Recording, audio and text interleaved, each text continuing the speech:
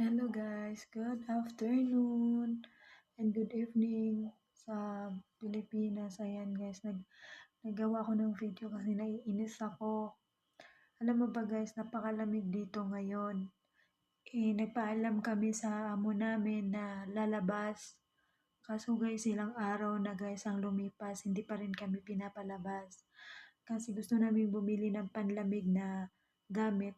O totoo, binigyan nila kami ng panlamig pero yung gamit na nila, yung nagagamit na nila, yun lang yung pinagtsatsagaan namin gamitin kasi hindi kami binilhan ng bago.